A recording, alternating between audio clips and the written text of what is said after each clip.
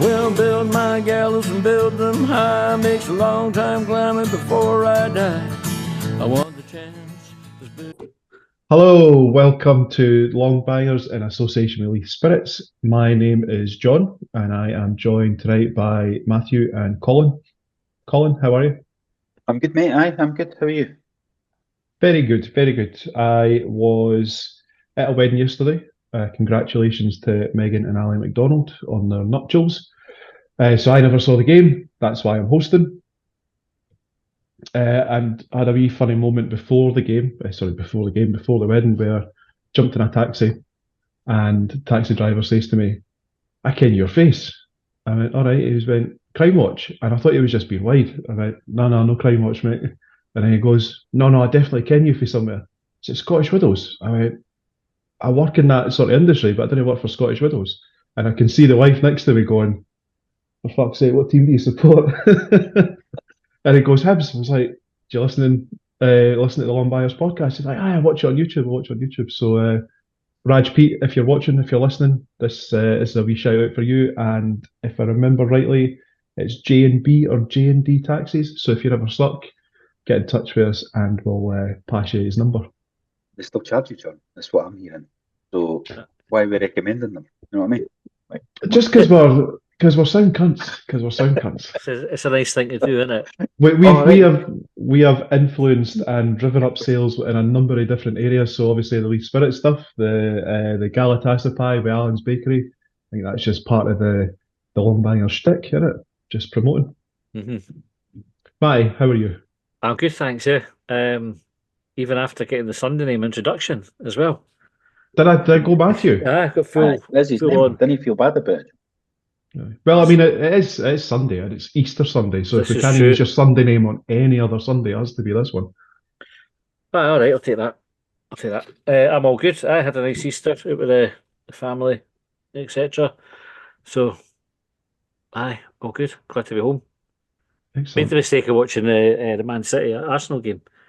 It's one of these ones that's hyped up, and you think, "Oh, it's going to be good." Honestly, and it was I fall into this trap all the time. I said to you earlier, because we said we could maybe do this earlier. I went, "Oh, what if Man City Arsenal?" And you were saying that you had a semi at the prospect of watching it. I wasn't. Was that what I said? Aye, No. let's go with that. Every time I sit and watch, like I'll have the English game on generally, but I don't like specifically watch it. You know, it's on and I'm pissing about. Yeah. But this time I thought, I'm going to sit and watch that. That'll be good. No.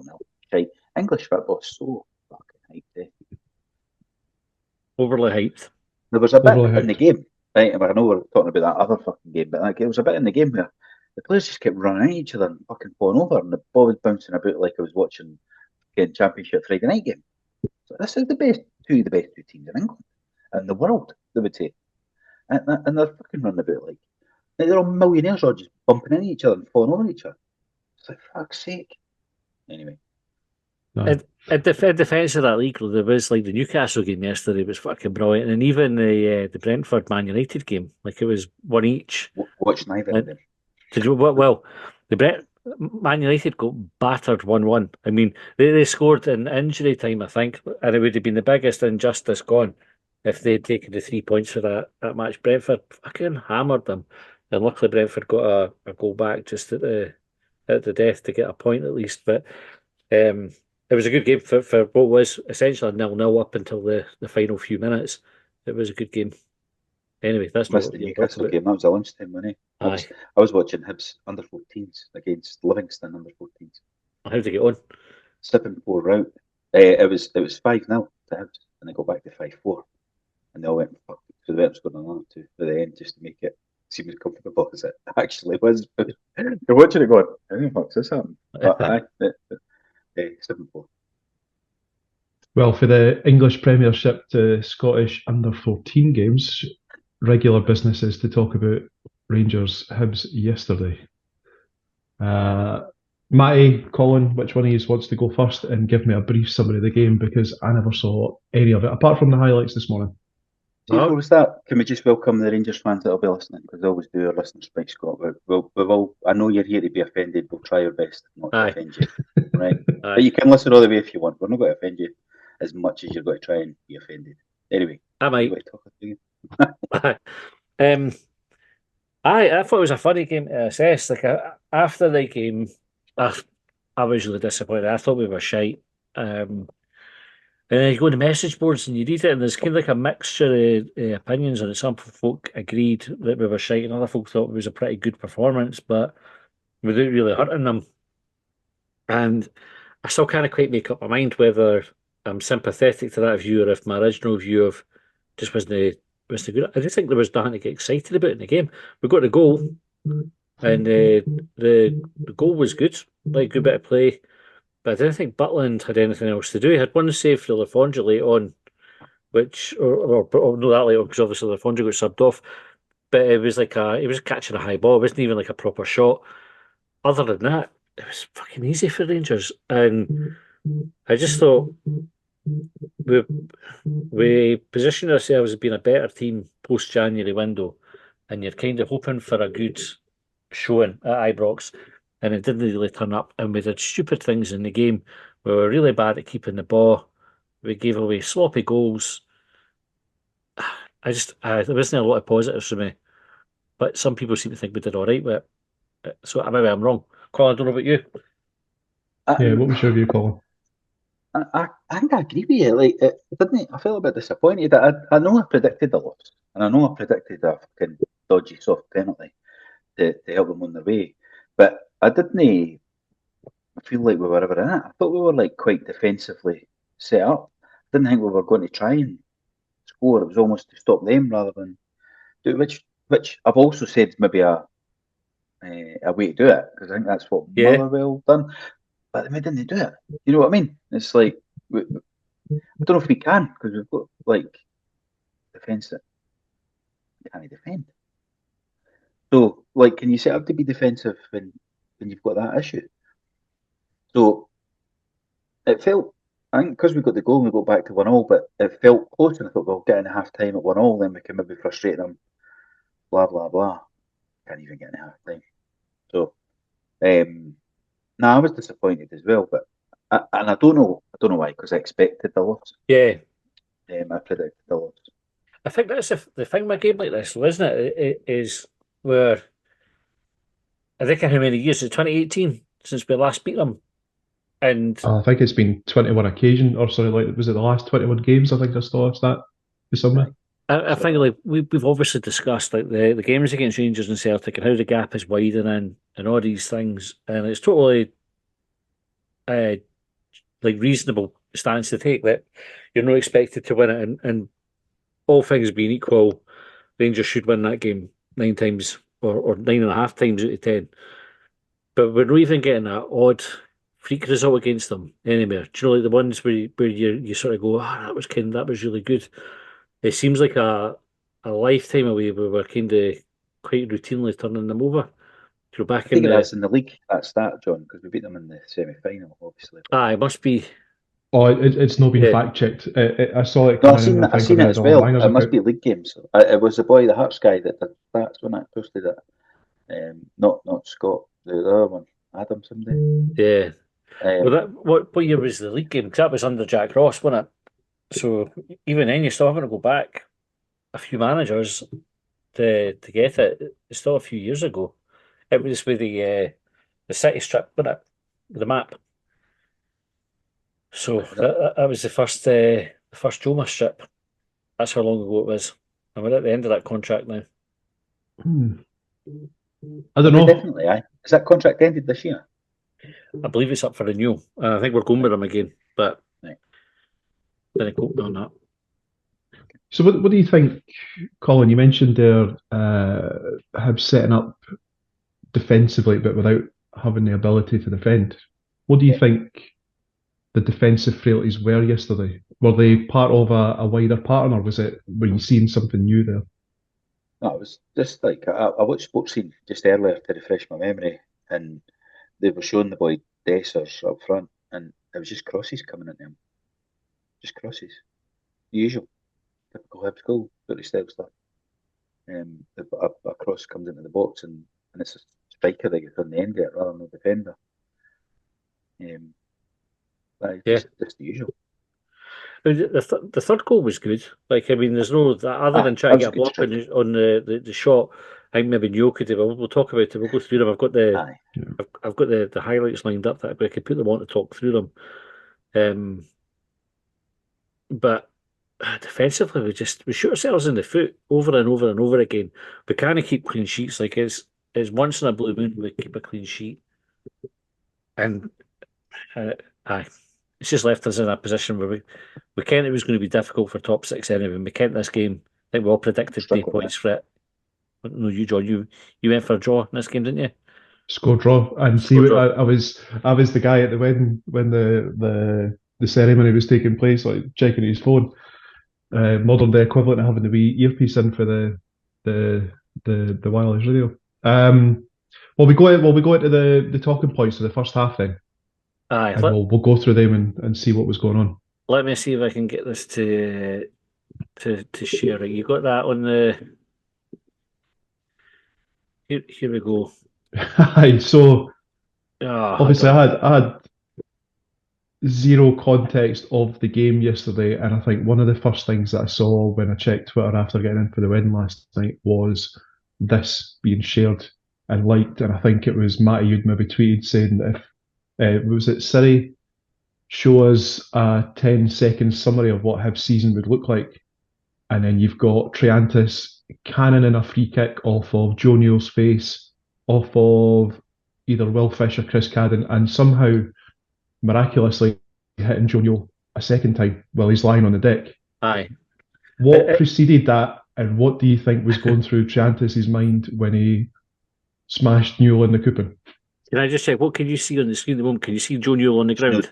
Joe Newell's lying on the deck. Aye, right. So, we got a free kick. This Triantis, look at that, right off Newell, Fish, and then back onto Newell's head again.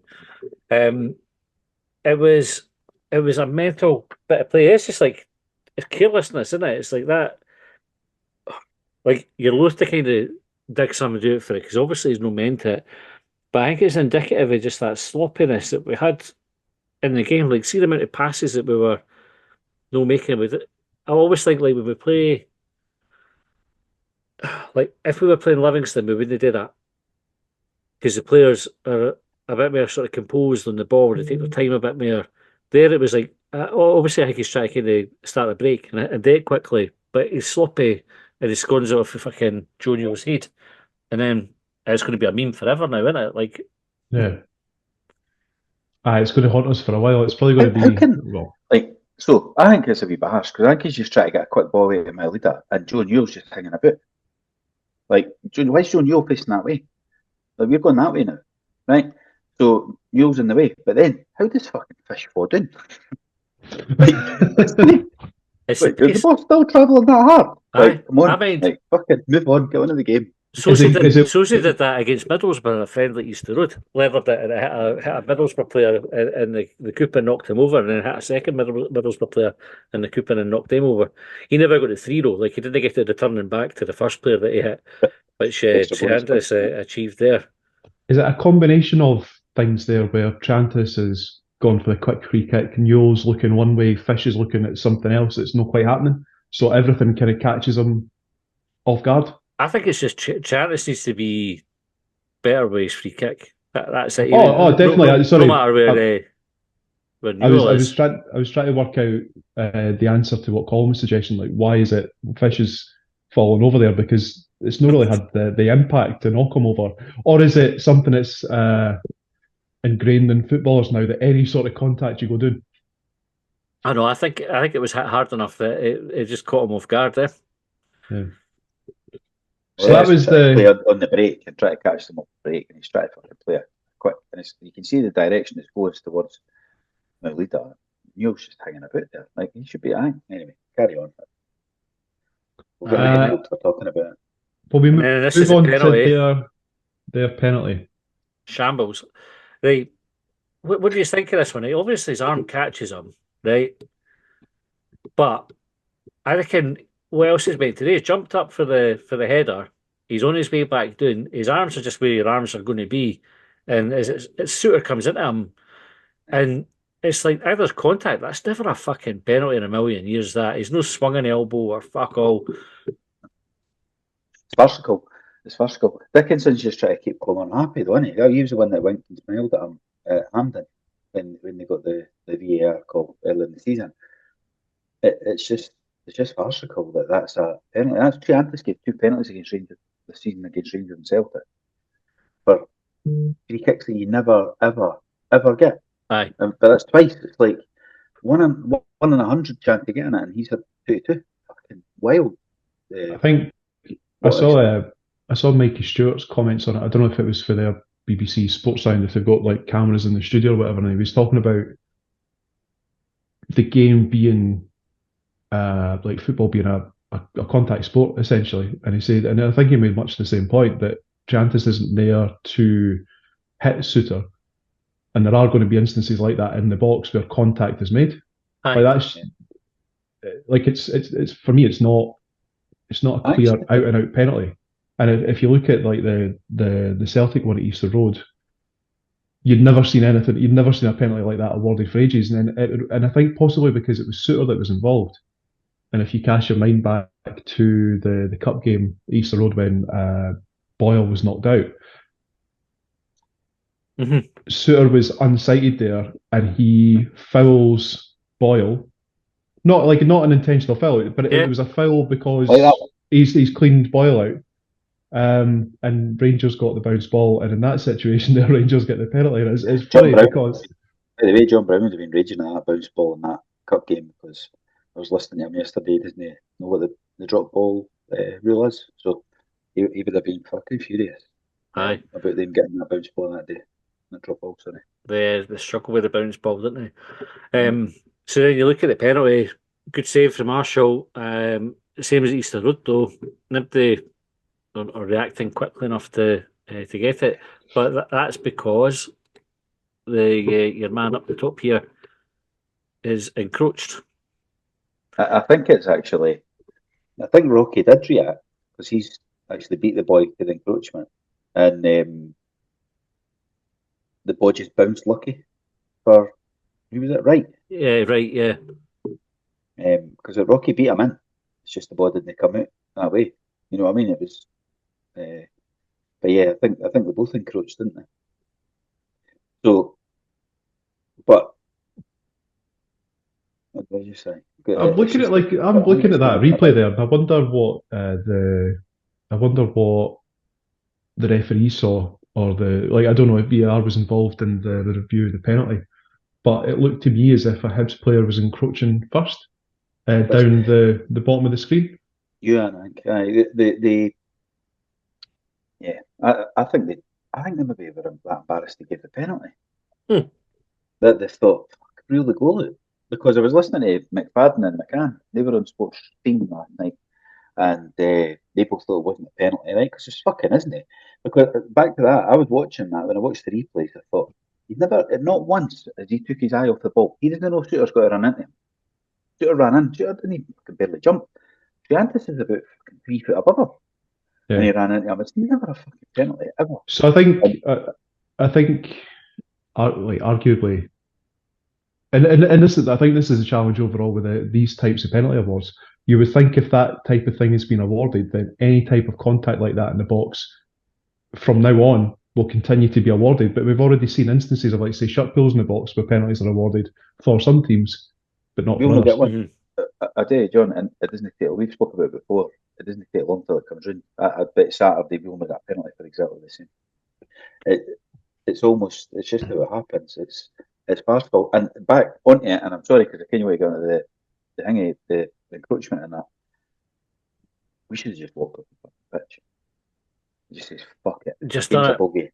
Game's a bogey. Have your points. He's wanting the points that desperately. He'll resort to whatever. Have them. They're not interested. It's a waste of fucking time going through there. And we didn't deserve to win yesterday as the game panned out. But at that point, we were in the game and they just thought, nah, come on, they're going to be sitting in and try to defend. Give them a penalty and then that'll ease the pressure a wee bit.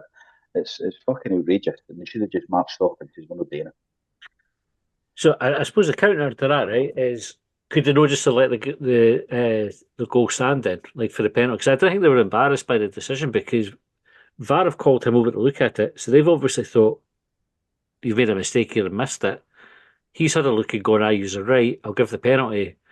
So I don't think there's going to be any embarrassment about it. I think they've had time to consider it and they've decided it is a penalty. Because that's definitely the argument the Rangers fans will make, is that he's no bias because he's ruled out the penalty and he could have let it go. But I think the encroachment's like offside, isn't it? It's a factual thing. It's he either did encroach or he didn't. There's no interpretation in that. It is like a matter I of wonder fact why that it was right was in the box. Yeah, but and I think if the Rangers player encroaches, it's not a retake. But if both teams encroach, it's meant to be a retake, according to the experts on BBC. I think, see, if we encroach and clear it and it benefits us, it's a retake. If Rangers encroach and it benefits them, we get the ball. So Marshall's obviously saved it, and that's where I the saw offence comes into play. they spoke about both players encroaching as a retake, and I saw something on Twitter, I think. But then this is the problem with the rules, isn't it?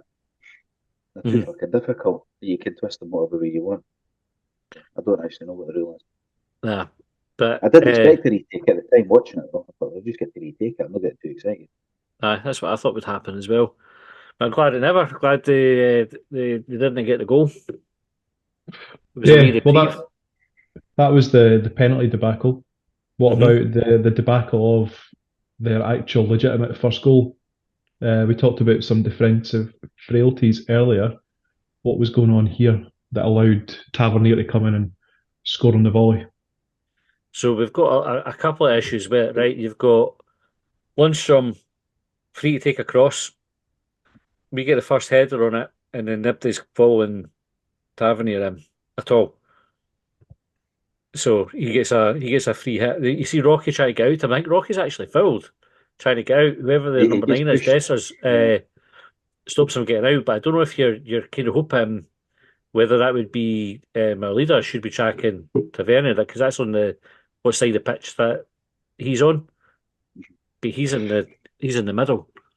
Well, we did. What was the game that we played previously where we thought that Maulida was maybe culpable for one of the goals, but he didn't track a runner? Was it against? Was it Dundee at Easter Road? Was it not the penalty rebound against Rangers? I think the last time they got a penalty against them. It was the last game. No, there was a game at Easter Road, and the ball was just kind of like worked its way across the front of the 18-yarder, and Maulida's daydreaming. But I forget exactly who it was. And then the next goal is just so reversed here, because it's Tavernier daydreaming on this goal. That's Maulida there. He's paused it just where he's paused it. That's him playing the ball to Ewan down the side, and then Maulida goes pelting into the box, and Tavernier doesn't follow him. And then he's playing catch up. But before we come on to that, like there is an issue that Hibs have got with crosses. Like you look at how Rangers didn't have to do much to work that space. There's two players in space with nobody on them as well, like both the crosser and the shooter. Aye, because you've got Ewan. I think like so here again when we're looking at who should be tracking back, right? So we know. You've got Tavernier makes the run into the box to the right hand side, but you've got Lundstrom coming down the left here. Cantwell's got a man on him. I think that's Chiantis there that's got the number. I can't know what number that is. It's too bloody. But he's picking up. But Ewan's got nobody, and the ball goes out. There's that overload, and then the cross comes in totally unchallenged. And I mean, it's awful defending, really, when you look at it. It's a well-worked goal for Rangers' point of view, but for us, Montgomery must be tearing his hair out and that going, fucking, it's just folk no switching on. Especially if you get a boost like the penalty getting not chopped off. I was going to ask earlier about the crosses, because Colin made the point that it was just crosses into Dessers up front for Rangers. And I was going to ask you where the crosses were coming from. Were they coming from deep? Were they coming from the byline? Because I thought that might make a suggestion as to where the frailties lay, whether it was in our wide midfielders or whether it was in our fullbacks. It's a mixture, I think. Aye, folk will just fire crosses in against us because they'll kind of get some joy. Like, I think when you see, we'll come on to their second goal. It's a good cross. But let's get our goal out of the way first.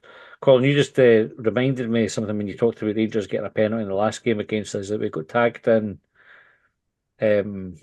Oh, the boy Lint or Lint. Lint. It was like the statistics for Rangers penalties versus Hibs penalties in the fixture.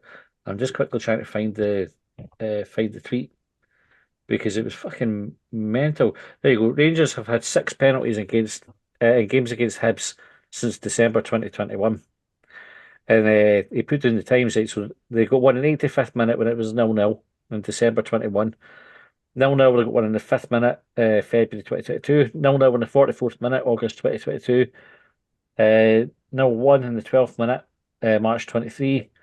And then 0-0 23rd minute, March 24, and 0-0 19th minute, March 2024. Interesting. I didn't know that. I didn't see that tweet. And Hibs have had 0 versus Rangers in that time. So it's always at 0-0 or 1-0 down. Interesting. Funny. Right, John Sorelki jumped ahead with these highlights. No, it's absolutely fine.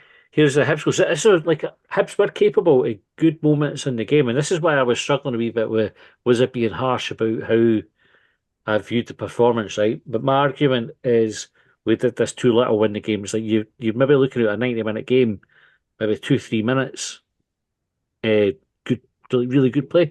But this was a cracking goal. So you've got Melida plays this ball into Yuan, and Yuan does brilliantly here. Like he drives into the box, buys himself a wee bit of time, plays a good pass, and then Melida just sort of sits the man down and tucks it away.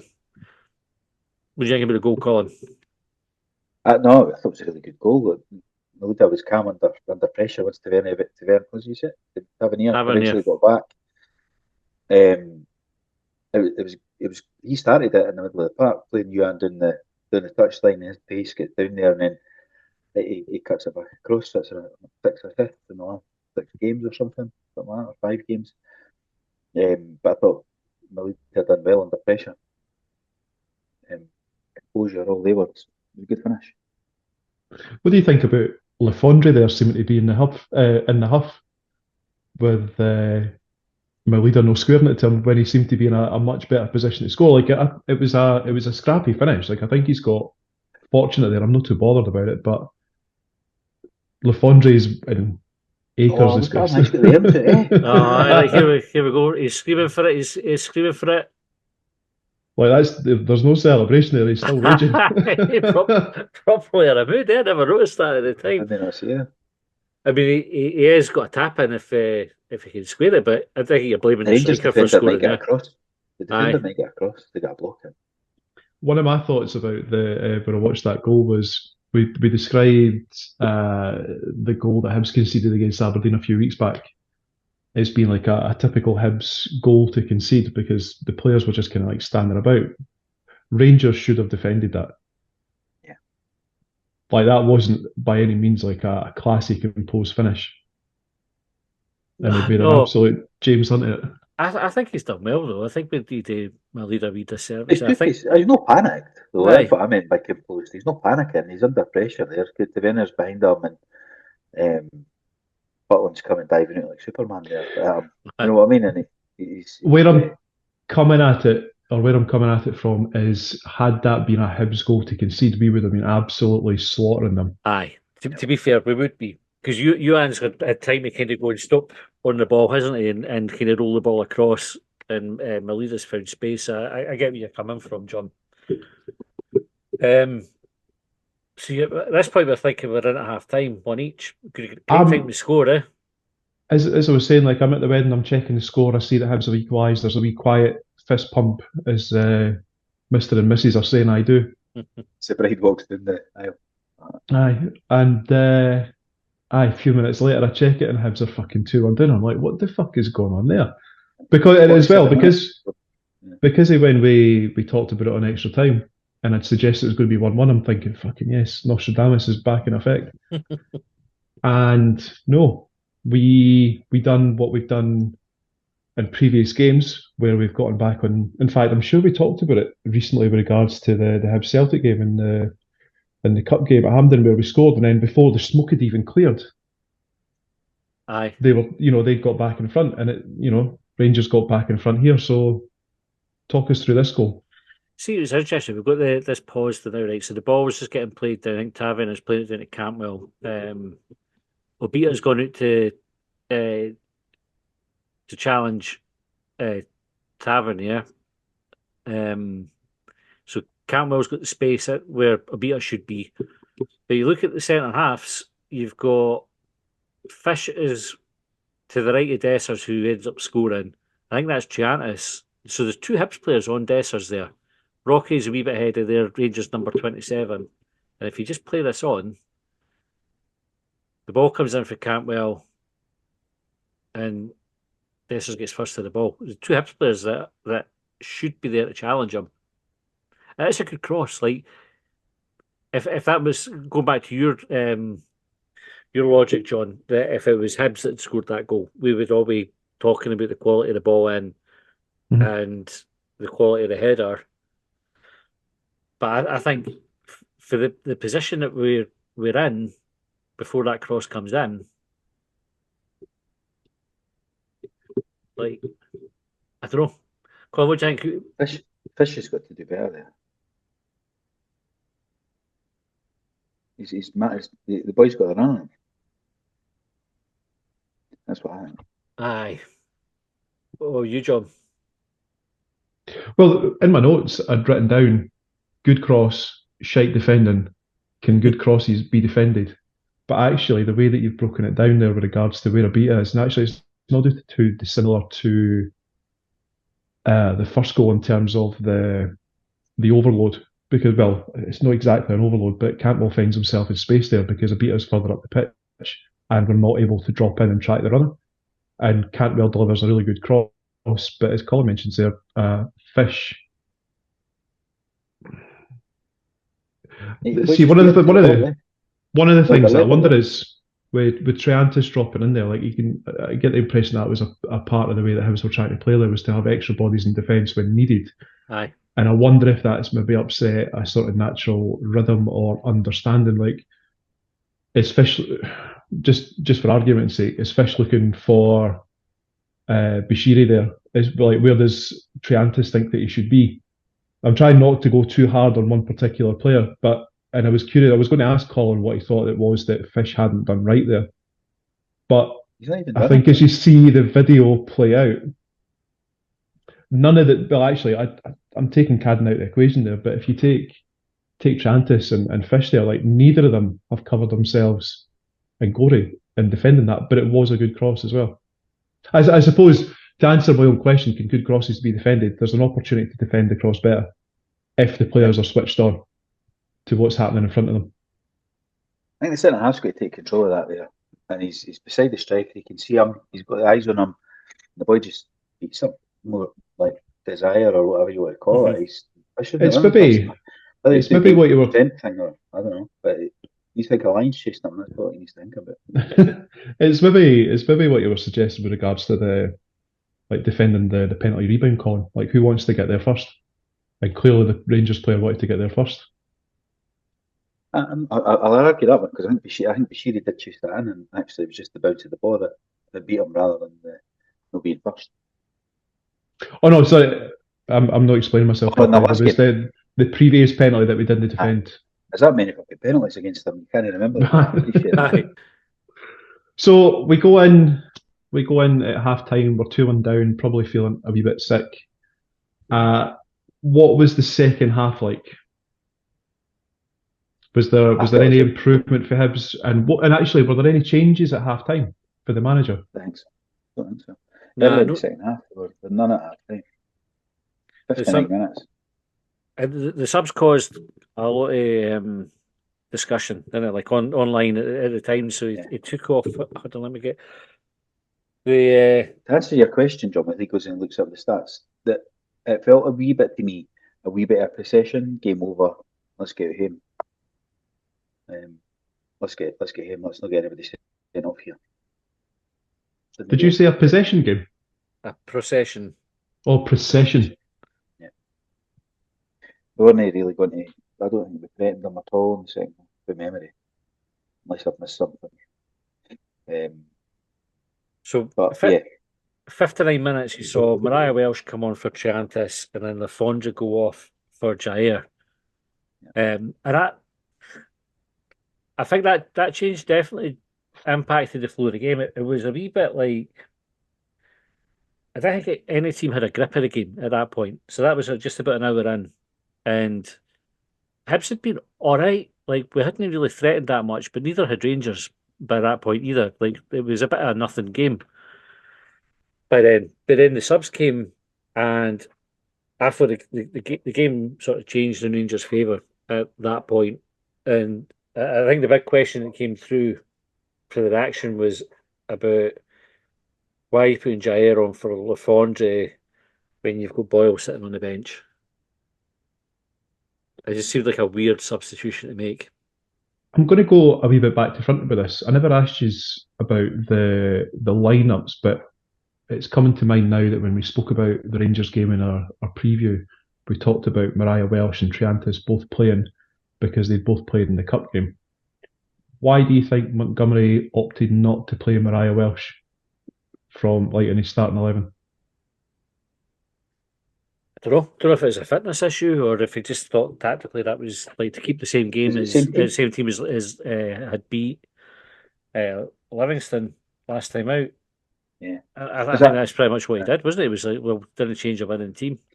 Yeah, it's a wee bit strange when you look at it now, and I'm sitting thinking during the game that we're set up quite defensively, but then you look at the lineup and you've got Melida, Marcondes, Juan, Lafondre in the side. You could have maybe done without one of them if you were going to go defensively. Aye. Like I think I said that on Thursday night when we done the wee bit of preview on it, and you could have put the both of them in like a 4-2-3-1 rather than a 4-1-4-1 to get onto the stats stuff for the stats lovers, the formations guys and that. But we didn't, but I wonder if that having him out there might have helped there cover that cross. I think it was, I don't know, was it Melida or somebody try to chase down. Well, certainly for the first goal, you've got a striker or forward player trying to track the full back.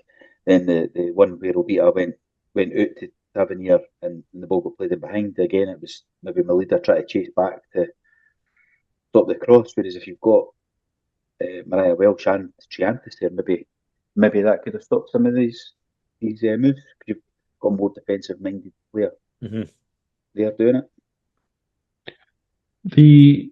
So Matty, you mentioned about some of the subs that were made and how it changed the game for Hibs, and Colin, you described the second half as being like a procession. What was that your sort of overall view, Colin, that the second half was a procession, or was it impacted by the subs? Because I'm curious. The reason I'm asking this, I'm curious about some of the feedback that I've seen in the talking points about some of the substitutions and the baffling decisions that Montgomery seemingly made. So the one that was referenced quite frequently was taking Lafondre off for Jair. Yeah. If the second half was processional, are we being harsh on Jair and saying that this decision was baffling? If Hibs want to do anything of note in the second half, did the substitutions really matter? He had half an hour to do something. You know what I mean? It was like that they could have easy. It might not have been processional if we had put somebody better on. Because I assume we were putting Melida up front when we took Lafondre off, and then you put Tavares out there. When you've got Boyle sitting on the bench, or the other boy was signed. Is that Mayenda was there as well? Yeah, I thought like Rangers were comfortable. They weren't having to do too much to keep us at bay, and we were like we've got highlights. Had moved on. Rangers had a few chances. Marshall had a couple of saves, a few last ditch blocks. I think the only time we really sort of bothered them was Lafondre got in a decent position and it sort of tried to chip a shot to the far corner, which Butland dealt with easily. But after those changes, and then in 70 minutes, Boyle comes on for Yuan. Like Hibs tweeted, John, So they entered in the final 20 minutes in Glasgow. We still trailed by a single goal. As the game has gone on, we found it harder to get on the ball, but keep trying to find a chance on the break. And it was that finding it difficult to get on the ball that you noticed more post the changes than we did before. We were getting on the ball, we just did nothing with it. After those first changes, we did nothing. Like we weren't keeping passes, we weren't keeping possession, we weren't making tackles. It was just meh at that point. Were One shot those on target in the whole game. were those errors and shortcomings of our own design, or was it something that Rangers forced us into? Bit of both. Like it was a bit of both, and like you feel like for Mariah Welsh, I like if he ended up having to go right back, Cadden pulled up, and so what Montgomery did is he took off Obita and Cadden, put Stevenson on left back, put Levitt into the middle, and moved Mariah Welsh to right back. And again, I thought we lost him even more, even still at that point because we missed Mariah Welsh's energy in the middle of the park because he had then gone to right back. That was a wee bit unlucky with that one because I don't think had Karen not pulled up, I don't think Montgomery's making those changes, like the positional changes and having to swap out a beat. I think he would have played the full 90, and I don't think Stevenson would have come on. So I have a bit of sympathy in that regard for him. I think one of the things that's coming out of that chat is the substitutions, the players that were available for selection that came on, and their lack of influence in the game. You're needing more quality on the bench, similar to what's in the first team, the likes of Marcondes, for example, or Lefondre. And that'll have to be the thing that they need to address in the new season. Their third goal.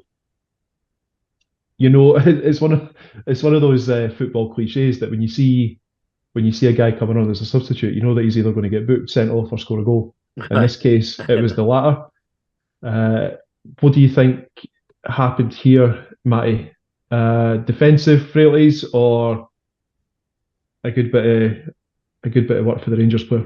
So it's a good strike for the boy, but if you watch, he comes on.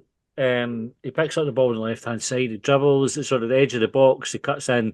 Newell makes the tackle. He's actually quite lucky he doesn't catch the ball and concede another penalty. He's got a penalty with it. And then the boy just fires it in. And Montgomery had sort of spoke about getting bodies in the line to block it after that, but I guess it's just a good finish. I think it's one of these ones that if you score it, you go, that's a good goal.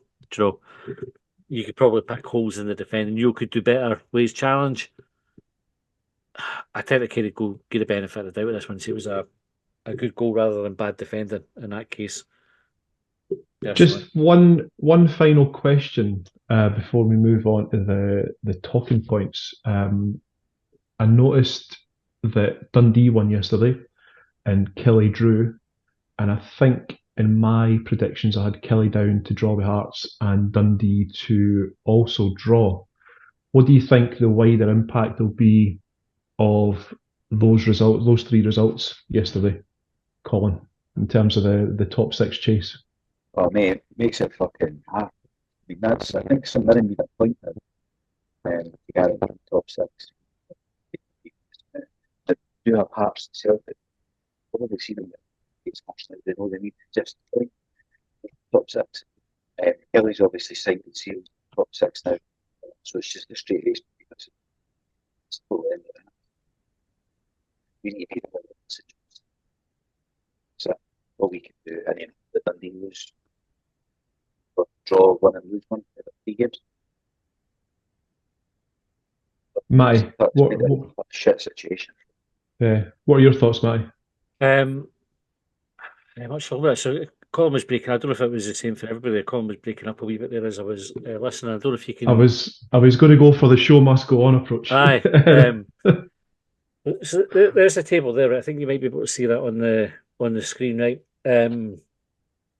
The results weren't catastrophic for us. Kelly, they're top six now, aren't they? They've sort of secured their place, I think, with their point. St Mirren are probably the ones to watch because they've got Hearts and Celtic to play in the next two. So Like that's what I was saying. Aye, Colin, I don't know if you want to leave the call and jump back in again, Colin. You're breaking up a wee bit. Aye, John. So St Mirren are at risk. Dundee winning didn't help us at all, right? They've obviously gone to that like the sixth place position, and then it leaves us with a big task because we've no won back-to-back games more than once this season. I think we've only done it once, and we need to do it now to kind of not even guarantee, but to be in with a good shout at top six. I think it's tough. I think it's a big ask. Colin, sorry, you want to just repeat what you're feeling it? I can't remember. Can you hear me okay? I hear you fine now, mate. Better. So what I said was St Mirren only need a point, but I think you were kind of touching on that. St Mirren only need one, and they're probably get that against Hearts now. They need it. So it's just a straight race with Dundee, and we are hoping they lose. They'll lose to Rangers, obviously, but draw one of their other ones as well to allow us a chance. If we can win both, as you've just said, when do we ever win 2 games in a row? I mean, they're favourable fixtures, so there'll be 2 games against teams below us, and St John's and Motherwell, one of them at home. But I don't know. I guess too close to call. I know when we did the predictions, we all had us finishing top 6, and we all had us losing this game this weekend. So I don't know how much has changed in that, but I don't know. We all got the Dundee prediction wrong. So that does make the difference, because that was probably one that we thought they wouldn't be picking up 3 points. I was just, this is the eternal optimist in me, but if Dundee lose the next 3 games of theirs and Hibs draw, we'll be top 6. Aye. Like, even if we can't win 2 games back to back, we just, it's a combination of things. It's not quite as simple as Hibs needing to win their games. It's not just entirely in their hands. They need stuff to go in their favour with the Dundee fixtures. Well, you mind last season we went to the last day of the split, and actually we needed the result at St Johnstone, and we never got it. But still, by virtue of the results elsewhere, got top 6. So, you never say never. It's still doable. You want to look at the talking points, John? Yes, I'll go through them as they appear on screen. I don't know if you ever do anything technical with regards to ascending or descending order, but the first couple of points from Peter Henderson and Andrew Redman. Peter says, horrendous penalty given against us, but yet again Hibs fold under pressure and fail to lay a glove on that lot. Weak-minded players show up yet again. Andrew says, I would have liked to have seen a bit more from the boys, but you cannot ignore that penalty decision, and I'm disappointed that Neil Montgomery didn't raise it. Unless you call out for the blatant cheating that it is, it will happen every time we play. Colin, you were quite vocal on that point with regards to walking off the pitch. Do you think you'll ever see that happen? No, nobody's got the bottle. I do think that I think I touched on it before. I'd like the other 10 teams that aren't they to stick together and say, we're not fucking playing them. And we'll just take the points deduction, and we're on the same boat anyway. And we could finish 3rd place with negative points, but it's still with negative points than every other country. That's how I would see it. Fuck them. Let them play each other every week if they want. We're almost here to serve them, and it's like, right, well, we're just a build up to the Old Firm game that will settle the league title. That's it. So they just need to get us out of the way, and it's like just fucking use it just here. It's just a warm up for the big event next week. These are getting beat no matter what. I don't think Hibs are a ball here away from making a bigger deal about it. Like, you saw the Twitter account, and again that's maybe no how the word is, maybe no like the official view. Like maybe like Ben Kensel's no saying go and fucking tweet this, right? Maybe Ben Kensel's the admin for the maybe he is, right? But you've got that who had 20 minutes, right? And I thought it was brilliant, right? Obviously, it went viral. They've had like 3 million views on that tweet. It triggered all the right people. And you had Celtic fans saying, well, you just didn't joke about it, do something about it. But I think these are like the first steps in doing something about it is acknowledging something's happening. And like having that joke about it to say, well, fucking, we all knew what was going to happen, and it's happened. Who had 20 minutes? I don't think Hibs, given the conversations I've had with the SFA and gone public about it, I don't think it's far off happening. I do think that one on Saturday probably would have been the wrong one to do it on, though, because it's another one of the ones like we had in the cup game where you can make a case for it. Ken, it's one of these you give them the benefit of the doubt. It's an arm to the face. You could say, well, it's no outlandish that it's a penalty kick. The argument is we wouldn't have got it in their box, and that's probably right, but that's opinion. That's no fact based because you would need to have that instance to compare it. So I think it's like a choose your battles. But I definitely think we're on the cusp of challenging these things. I think Hibs are definitely as a support. There's a lot more noise about it now. Like I think if that's because of VAR or what, like the Celtic podcast. There's one called the Celtic State of Mind. Right? I kind of everybody jokes about Celtic being dead paranoid and that. They did a whole feature, and one of our listeners shared it with me at the weekend about the stats behind how Rangers get refereed. And we always group the two of them together. Can we say it favours two clubs? And actually, when you look at the stats, it's for one club, right? Rangers are the beneficiaries, refereeing decisions. I've not gone in and watched the episode yet, but I plan to do it, even though it's obviously for a Celtic perspective. But I think there's enough noise about it. I think enough teams are now going, this is a fucking joke. That you're almost at tipping point where folk are going to say enough is enough, whether or not it gets to the point, Colin, that you're saying like everybody stands together and goes, fuck it, we're not playing them, or it sort of breaks through and manifests itself in a different way. I think we're nearly there with it, though. I hope so. Yeah, I was meant to sort stuff, and it's just helping they're getting more decisions. Aye, it's fucking wild. It's like. Yeah. Jake Duffy asks, "How's Triantis getting on, lads?" I think he's a Sunderland fan.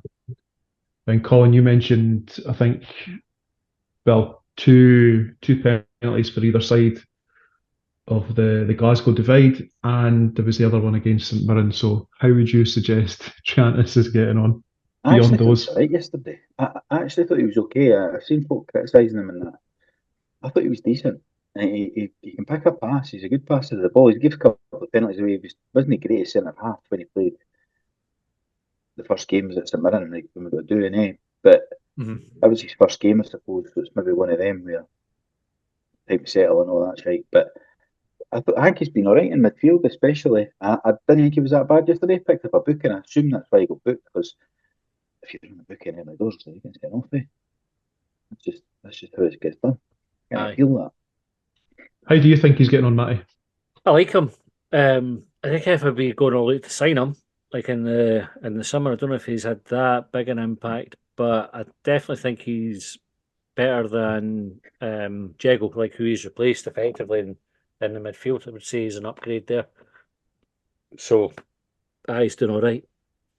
I've got a couple of different people here talking about Neil Montgomery, and I'm going to shoehorn these 2 points together. Who did I say? No, Neil's brother. Fuck. So to be fair, full disclosure, I was sleeping 10 minutes before this podcast. I fell asleep putting the belt to bed. So Nick Montgomery, David, and Paul McQueenie. David, I don't know his surname. It's not David McQueenie and Paul McQueenie. It's David and Paul McQueenie. David says, "Are we anything more than average? Do we deserve top six? Is Neil Montgomery anything more than average? Will we ever build a decent defence again?" And the point I'm shoehorning in, or sorry, the point of Paul McQueenie's that I'm shoehorning in, was it another poor tactical performance from the manager? Putting Emmy in front of Newell and Nectar falling back into centre-back left Newell on his own against three. Not changing shape to stop Rangers having free rein of the flanks to cross it well. Weak mentality again. Shocking subs. Discuss. A lot of questions in there. I'm trying to remember that. I think you can make a case for all those accusations. Like to be fair, like we never got a grip in the midfield at all the whole game. Triantis did drop back in to support the centre half, but it wasn't until the second half that we started conceding chance after chance. Like a at a high rate. Although we did concede a penalty and then a goal, and maybe I'm talking myself out of that one. I don't know if it worked having Chanters drop into the centre halves. You would think that would maybe give us more cover out wide because it would allow players to push out because you've got three centre halves there. But that didn't really work. They were crossing, they were getting overloads. The midfield was getting overrun. That probably does point to some tactical deficiencies. But the other thing is, Rangers are a good team. Like there is an element to unless you just sit in and do like what Motherwell did, which was just fucking every cunt behind the ball and didn't really bother about attacking unless it's a proper counter attack, then you're going to have to sort of accept that you're going to give away chances and you're going to have to take risks. I don't know. Were we set up, do you think, try to play a wee bit devil's advocate based on some of the stuff that we said about Triantis dropping in, not starting with Mariah Welsh? Did we allow crosses so that we could defend them better to then hit Rangers on the counter attack, and we just didn't defend the ball in the centre of the box, which was a downfall? And that goes back, I think, to an earlier point that you made, Matty, with regards to Nick Montgomery pulling his hair out, because I think two of their goals at least, if Hibs defend them in the centre of the box better, we don't concede. I don't know. I think Rangers found joy in the wings, but they also found joy through the middle because we had no grip in the midfield. I get what he was trying to do. I just don't think it worked. Like I think the scoreline reflects it didn't work. I think the fact we only had one shot on target. I think 6 shots in total. It just tells you the story. Like it's another game against Rangers where we've no laid a glove on them. Like the overall performance is maybe all right, but all right's not good enough. Like we have to be at best to get anything for Rangers and Celtic. Like at the top of our game, we can't go in and just be like, "Oh, it was fucking all right," because you lose 3-1 and you come back and everybody's all miserable about it. Go and give them a fucking game. That's like you might not expect to win, but go and make it difficult for them.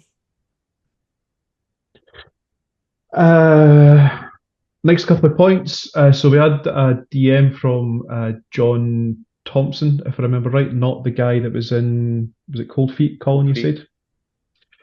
So he said that Jair, pointless substitute. Levitt, what the fuck, bad attitude. And that brings us on to Scott S. Smug Hybe saying that Jair is a man down, doesn't add anything in either an attacking or defensive role. We've covered Jair a wee bit, but is there anything you could add on the Levitt, what the fuck, bad attitude point? I just remember him tripping over the ball at one point. I can't remember what the attitude, how that would relate to that. I think it's Levitt and Jair's attitude, or if it's just ability. I feel bad, right? So when Levitt signed, I predicted massive things for that. I thought he was like genuinely thought it was a brilliant signing for us. That he was going to come in, really, really shine, grow into the Hibs shirt, all this kind of stuff. Like go and have a proper impact on the season, and it's just not happened for him. And he doesn't look like a top 4 midfield. Like he doesn't go into Celtic, Rangers, Hearts, or Kelly's midfield. He doesn't go into St Mirren's midfield, or I think about Dundee's. I think he gets in there as well. I don't think he's shown enough that he should be in our midfield.